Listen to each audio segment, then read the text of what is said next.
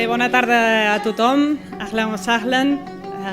Hanin, it's a honor to have you here with us. I és un honor per mi també que la comunitat palestina de Catalunya m'hagi volgut convidar i hagi volgut que expliqui 4 coses de la meva experiència, que segurament no és una experiència singular, ni molt menys. La diferència és que ara soc diputada, abans quan no era diputada no era notícia. Ara sí que és notícia que algú es quedi tancat sense poder sortir ni per la frontera de Rafah ni per la frontera d'Eres un cop està dins de Gaza. A Gaza, malauradament, encara hi tinc el cap.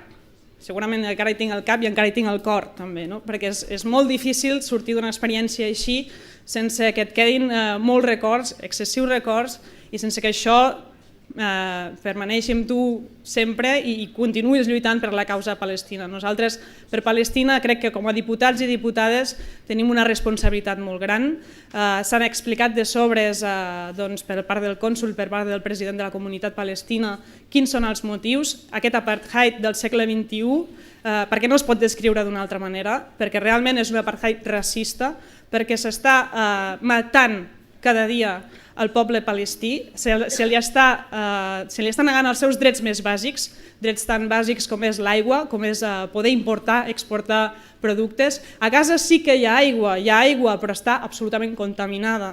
La gent no ha de comprar aigua per poder beure. Els pous han estat bombardejats, quan no demolits, i les instal·lacions per l'aigua, per sanejament d'aigua també. Per tant, aquesta és una ocupació invisible que normalment no es veu, però que també existeix i que està ofegant el poble palestí i el poble de Gaza cada dia de la seva vida.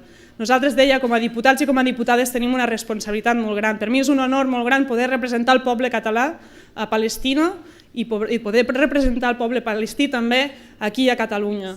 Ho és i ho serà sempre, i continuarem lluitant per aquesta causa, perquè ara sabeu que més que mai el govern de la Generalitat ha decidit intensificar les relacions amb el govern d'Israel. Ara hi ha una campanya per part de les entitats que estan a favor del poble palestí, que lluiten pel poble palestí, que és només complicitat amb Israel o complicitats que maten. Hem d'ajudar que aquesta campanya sigui coneguda arreu i hem d'aturar aquesta complicitat del nostre govern, del govern de la Generalitat, amb un govern que està provocant aquest apartheid i que és el responsable de que el poble palestí cada dia estigui pitjor. Gràcies per haver-me convidat i és un honor, de veritat.